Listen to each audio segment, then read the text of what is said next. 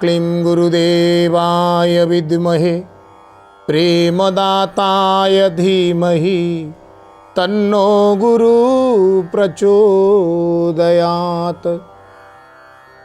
सद्गुरुदेवंकर चरणार बिंदरे अनंत कोटि दंडवत आपण मानकु मध्य सश्रद्ध प्रणाम अर्पण करी स्वागत करुछि आम कार्यक्रम को।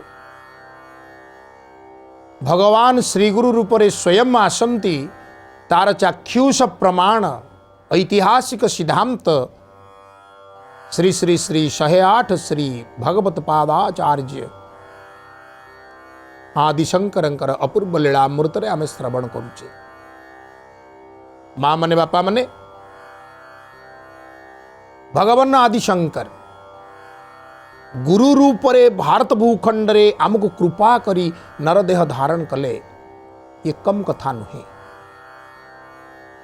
शैव मत, शाक्त मत, वैष्णव मत, स्मार्त पद्धति, ब्राह्मण्य धर्म, वेद वेदांग उपनिषदर तत्व सबु किछि को एडे सुंदर भाव रे आम पाखरे थोइले आमे तांको अद्वैत मार्तंड रूपरे अद्वैत वेदांतर जो सुंदर तथ्यर से परिवेशन कले एवं से परिवेशन सारा भारत वर्ष रे समस्त पंडित मान द्वारा गृहीत हैला।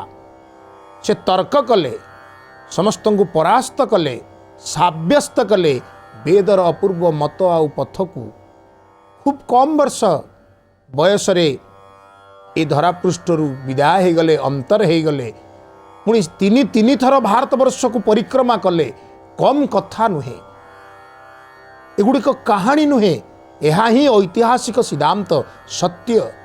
तेणु आदिशंकरंकर ये जन्म ए लीला ये महान कार्य सबको आमे निहाती व्याख्या करने दरकार।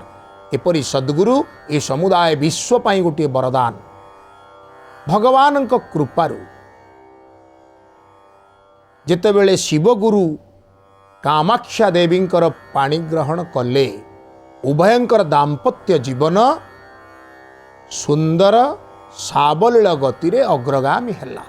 आपण माने जानती एमाने उभय भक्त एमाने उभय शील तेणु तांकर परिवार मध्य तदनुजाई खूब सुंदर भक्तिपूत होबाकु लागिला।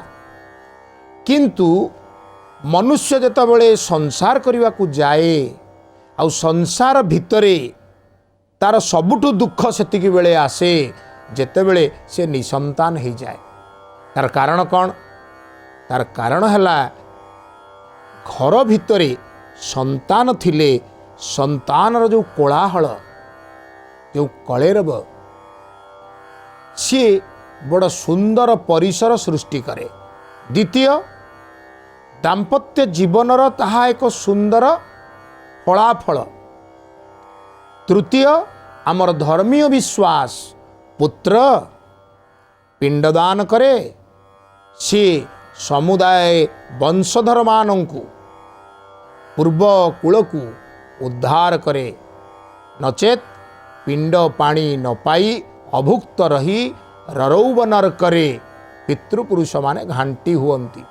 अनेक दिन विवाह को बीतीगला परे मध्य जितेबेले शिवगुरुंकर कौनसी संतान लाभ हेले नाही तांक मनरे मध्य समान एही प्रकार विचार आसिला।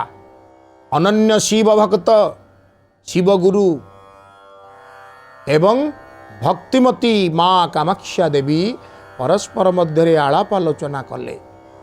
बयस गड़ी गड़ी जाउची संतानटीए प्राप्ति हैला नाही ना चालो आमे मध्य उपवास व्रत इत्यादि निष्ठारे करिबा। केतेबेले बेले खाइले केतेबेले दुई ओळा उपास रहिले केतेबेले निर्जला उपवास केतेबेले केवल आउ केवल शाकान्न भक्षण सदा सर्वदा शिव पादरे लय। उद्देश्य हे प्रभु कृपा कर संतानटीए दिय।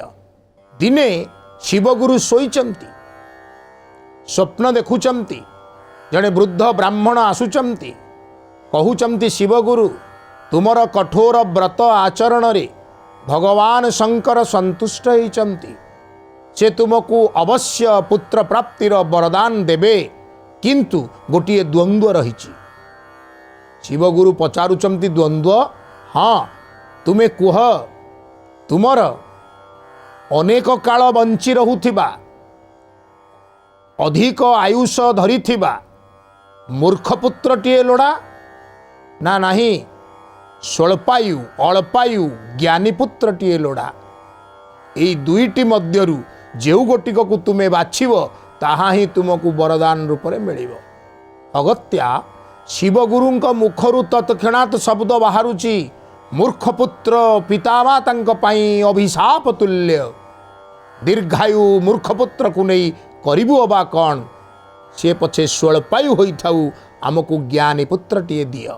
आसंतु दुई पद कथा सुनिबा आजिर कथावस्तु को नहीं। विज्ञान की दृष्टि से मैं बोलता हूँ, विकल्पना निर्धिष्ठान नहीं होती, बाद असाक्षिक नहीं होता, नाश निरन्वय नहीं होता, उत्पत्ति असन्मूलक नहीं होती। इन सूत्रों को मैंने बताया। आज 4-5 सूत्र और मैंने लिखा है। तो मैंने एक संकेत किया कि गणित की दृष्टि से भी, दर्शन की दृष्टि से भी, व्यवहार की दृष्टि से भी शंकराचार्य महाभाग ने जो तथ्य उद्भाषित किया वो अकाट्य है। उन्होंने श्रीमद् भगवद गीता पर भाष्य लिखा और ईस्कन इत्यादि विश्वचर्चित उपनिषदों पर भाष्य लिखा। भगवान कृष्ण द्वैपायन वेदव्यास महाभाग के द्वारा, बादरायणाचार्य महाभाग के द्वारा विरचित ब्रह्मसूत्र पर भी भाष्य लिखा, जिसको प्रस्थानत्रयी कहते हैं। विवेक चूड़ामणि, अपरोक्षानुभूति, प्रपंचसार आदि प्रकरण ग्रंथों की भी संरचना की। वैदिक वाङ्मय को उन्होंने समृद्ध किया। भगवत्पाद शंकराचार्य महाभाग के संबंध में बहुत संक्षिप्त विचारधारा अगर हम व्यक्त करें तो बौद्धादि के शासन काल में जो विज्ञान विकृत हो गए थे, उन्होंने अपनी अद्भुत मेधा शक्ति और तपोबल के प्रभाव से उसको शुद्ध किया। जो ज्ञान विज्ञान विकृत कर दिए गए थे उनको उन्होंने विशुद्ध किया, विलुप्त ज्ञान विज्ञान को उद्भाषित किया और सूत्र रूप में जो ज्ञान विज्ञान सन्निहित थे उनको उन्होंने बृहद किया, विस्तृत किया। यह शंकराचार्य महाभाग के संबंध में संक्षिप्त परिचय है। शिवगुरुंकर स्वप्नर वृत्तांत कथा आमे श्रवण करुथिले। शिवगुरु भगवान के पाखरे भिक्षा कले, जदि मो भाग्य पुत्रर आशा नाही, स्वल्पायु पुत्रटीए आपण देवे बोली मते कहउचंती, तेबे ज्ञानी पुत्रटीए दियंतु, कारण मूर्ख पुत्र जीवन पाई अभिशाप तुल्य। समांतरल किंवदंतीटीए मध्य शुणा जाए जे कामाक्षा देवींकर शिव उपासना एते प्रबल थिला जे स्वयं शंकर भगवान को तांको आगरे आविर्भाव हवा को पड़िला। आउ से कहिले तुमे मन जानी बर मागी नियो। सेतेबेले से शंकर भगवान को ठारू शंकरंक तुल्य पुत्र कामना करिथिले, जे महत ज्ञानी, महायोगी, महासिद्ध, महावैरागी, महासाधक हेतिवो। देखंतु आदि शंकराचार्य ठारे ये समस्त गुण अच्छी, ये समस्त गुण। से परम वैरागी, परम त्यागी, से परम साधक, परम योगी, से परम विद्वान। तेणु शंकर स्वयं तांको गर्भरे स्थान नेले। कहानीर दुई भाग जो गोटी को आपण ग्रहण करंतु। भगवान शंकर आसीबार पथ परिष्कृत हैला। भगवत्पादाचार्य श्री श्री आदि शंकराचार्य बोली भक्त उच्चारण करती, भगवान शंकराचार्य बोली उच्चारण करती। बयसर अंतिम पावच्छरे पहुँची शिवगुरु आउ तांको पत्नी उभयंकर एई वृद्ध काल रे घरे पुत्रटीए आसी पहुँचिले, जहाँकर मुख दर्शन रे उभयंकर सकल दुख दूरीभूत हैला। सकल साधनर ये हेले अपूर्व फल। शिव पूजा साधन फल होइतिवारु नाम हैला शंकर। बड़ आदर रे शंकर शंकर पिता डाकंती।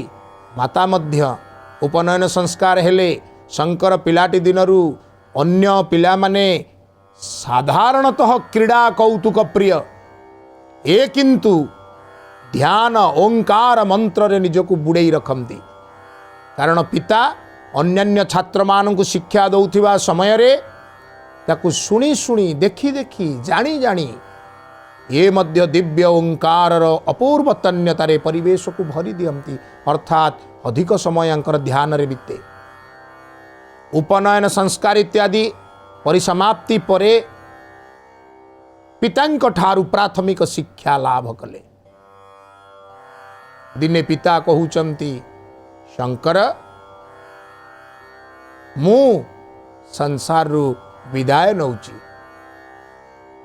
संसार कौन संसार रु विदाय नबा कौन पिता ए रक्तमांसर शरीर नश्वर ये सबुदिन कहार रहे ना मर्त्य मंडले देह बही देवता होइले मरई जीए संसार को आसे सेठु विदाय नब मृत्यु ही आमर अंतिम लक्ष्य जीवनर से आमर चीर साथी से आमको निश्चित प्राप्त हब तेणु मु से ही मृत्यु को वरण करुची। अंतिम सेजरे सोई पिता जोग निद्रारे निजर प्राण विसर्जन कले। बालुत शंकर मृत्युर कठोरता को बुझी पारु न थांती पितांकर शव पाखरे बसी खेलु थांती माँ आसी पहुँचिले एवं ए दारुण स्थिति को देखी शंकर को छाती रे चापी धरिले। आखिरु बहीगला धार धार लुहर धार प्राण प्रिय स्वामींकर दुखांत वियोगरे। आसंतु दुई पद कथा सुनिबा आजिर कथावस्तु को नहीं। प्रज्ञा शक्ति प्राण शक्ति से संपन्न जीव का नाम प्राणी। प्रज्ञा का अर्थ है बुद्धि, प्राण का अर्थ तो आप जानते ही हैं, प्राण के नाम पर ही प्राणी शब्द बनता है। उद्भिज तरुलता गुल्म इत्यादि स्थावर प्राणी जो पृथ्वी से निकलते हैं अंकुर के माध्यम से, और स्वेदज स्वेद बने पसीना से उत्पन्न होने वाले, अंडज अंडा से उत्पन्न होने वाले, और माता के गर्भ से जेर सहित उत्पन्न होने वाले जरायुज, ये चार प्रकार के प्राणी होते हैं जिनको हम स्थावर और जंगम प्राणी कहते हैं। उनमें मनुष्य का स्थान सर्वोत्कृष्ट है। भगवान शंकराचार्य महाभाग ने बृहदारण्यक उपनिषद के माध्यम से भाष्य के द्वार से एक तथ्य ख्यापित किया कि जो सामान्य व्यक्ति होता है, देहात्मवादी होता है, भौतिकता की धारा में बहने वाला होता है, उसके जीवन में प्रज्ञा शक्ति प्राण शक्ति दुर्बल होती है। प्रज्ञा से ज्ञान की सिद्धि होती है, प्राण से कर्म की सिद्धि होती है। हम वेदादि शास्त्रों का आलंबन लेंगे तो हमारा ज्ञान और हमारा कर्म क्या होगा, शोधित होगा, उत्कृष्ट होगा, अपने हित में और सबके हित में प्रयुक्त तथा विनियुक्त होगा। तो शंकराचार्य महाभाग ने यह संकेत किया कि वेदादि शास्त्र सम्मत जीवन यापन करेंगे तो हमारा जीवन अपने लिए औरों के लिए भी हितप्रद सिद्ध होगा। लौकिक उत्कर्ष, पारलौकिक उत्कर्ष और परमात्मा की प्राप्ति का मार्ग भी प्रशस्त हो। इसके लिए शंकराचार्य महाभाग ने वेदादि शास्त्र सम्मत आचार और विचार को उद्भाषित किया।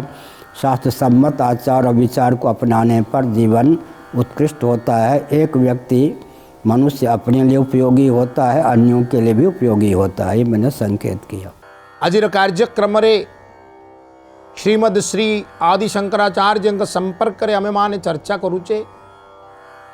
भगवत पाद आचार्य आदि शंकरंकर अपूर्व धरावतरण हेची पितृ वियोग घटिची तांकर, किंतु संसार रो एक कठोर दारुण स्थिति को से शैशव रे हृदयंगम करि पारु नाहंती ना करि पारुछंती।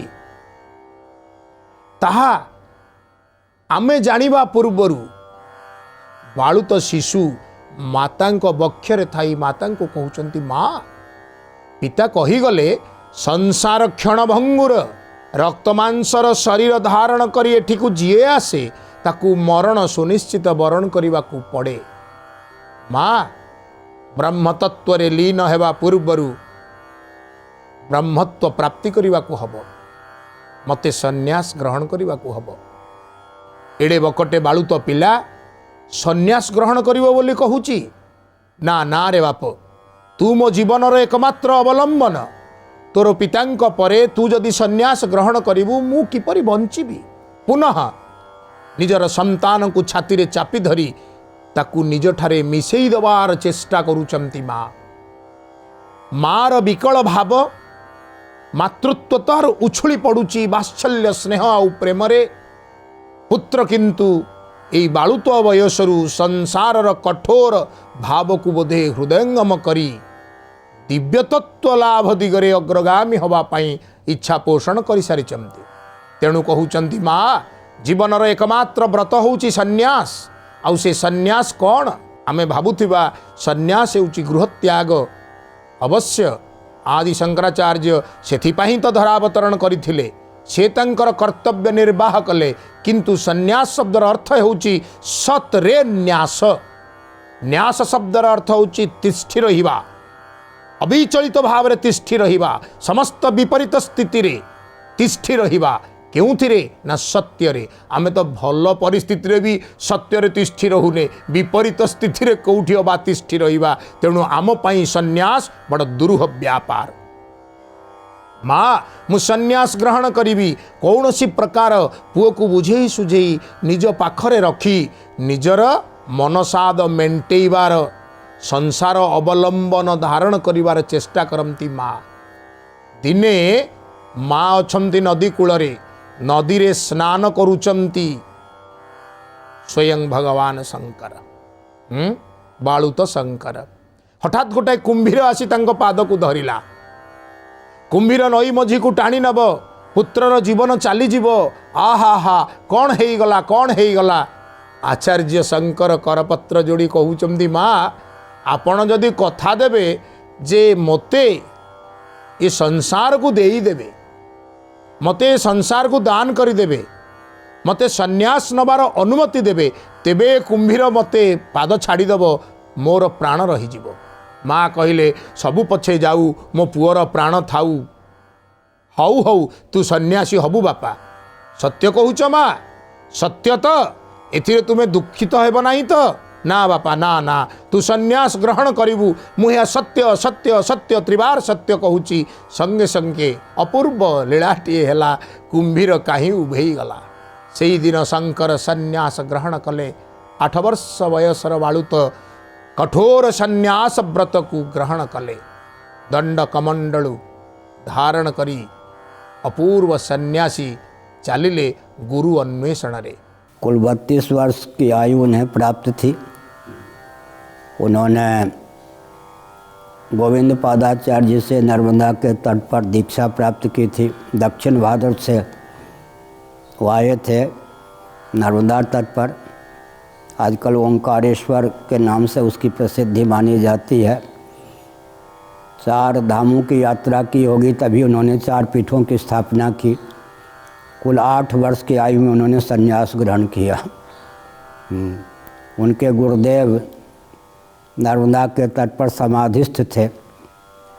जिस गुफा में थे वहाँ तक नर्मदा का जल पहुँचने वाला था और जो शिष्य लोग थे चिंतित हो गए कि गुरुदेव तो ऐसी समाधि में हैं कि उनकी समाधि को हम तोड़ने में समर्थ नहीं हैं।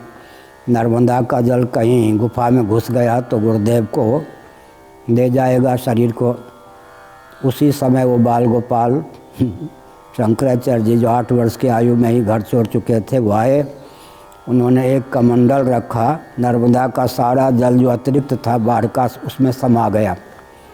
उसके बाद समय पर गोविंद पादाचार्य महाभाग की समाधि टूटी तो लोगों ने बताया, शिष्यों ने, कि देखिए एक ऐसा बालक आया है जो आपको बहने से बचा दिया और हम लोगों को कष्ट से बचा दिया। तो उन्होंने कहा वो मुझे मेरे गुरुदेव ने गौड़ पादाचार्य ने बताया था तुमको एक ऐसा शिष्य प्राप्त होगा जो अपने कमंडल में नर्मदा के अतिरिक्त जल को समाहित कर देगा। वो साक्षात शिव का अवतार होगा। ये हमने कहा। जब वो विद्यार्थी जीवन में थे एक वृद्धा विधवा माता के घर गए भिक्षा मांगने। गुरुकुल की शिक्षा प्रणाली के अनुसार पुरोपरि कि आप जैसे अद्भुत बालक हमारे पास आए, अहो भाग्य। दरिद्रता के मारे मैं व्यथित हूँ, गरीबी के मारे मेरे पास कुछ भी नहीं है जो आपको भिक्षा में दे सकूं। शंकराचार्य ने कहा फिर भी देखो, प्रयास करो, कुछ हो तो दो। एक आंवला उसने दे दिया। भगवान शंकराचार्य महाभाग ने अन्नपूर्णा की स्तुति की, जिसके प्रभाव से सोने के आंवले की वर्षा उसके घर में हो गई। और मृत राजा के शरीर में, अमरूक के शरीर में योग बल से भगवान शंकराचार्य ने प्रवेश किया और काम शास्त्र संबंधी जो प्रश्न कर दिया था मंडन मिश्र की पत्नी उभय भारती ने, तो मृत राजा के शरीर में प्रवेश करके राजा जीवित हो गए। फिर उस शरीर में जो उन्होंने अनुभव किया, फिर उस राजा के शरीर को छोड़ के गुफा में जो उनका शरीर था अपना सुरक्षित शिष्यों के द्वारा, उसमें वो प्रविष्ट हो गए। और मंडन मिश्र के यहाँ भी जो गए, आकाश मार्ग से गए, तो परकाय प्रवेश की विद्या भी, सिद्धि भी शंकराचार्य में प्राप्त थी। और अधिक यात्रा उन्होंने छोटी आयु में आकाश मार्ग से, नभो मार्ग से की। ये मैंने संक्षेप में बताया। गुरु चरण रे श्रद्धा और भक्ति रखी आसंतु प्रार्थना टीए करिबा तांकरि पादार बिंदरे। ए नयन पथे रही थाओ तुम्भे, देखुथिबी तुम्ह रूप। ए संसार ताप भूली जाउथिबी, ए संसार ताप भूली जाउथिबी।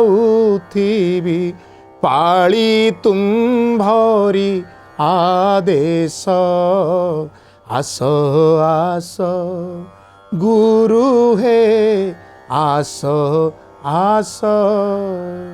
हे गुरुदेव, आपणक आदेश मो प्रति एमती थाउ, संसार सकल जातना को मु भूली जाई तुमरी निर्देशित पथरे निजको पथिक करि पारे, एतिकी कृपा वृष्टि कर पादार बिंदरे प्रार्थना सह आज रहुची। ओम गुरवे नमः।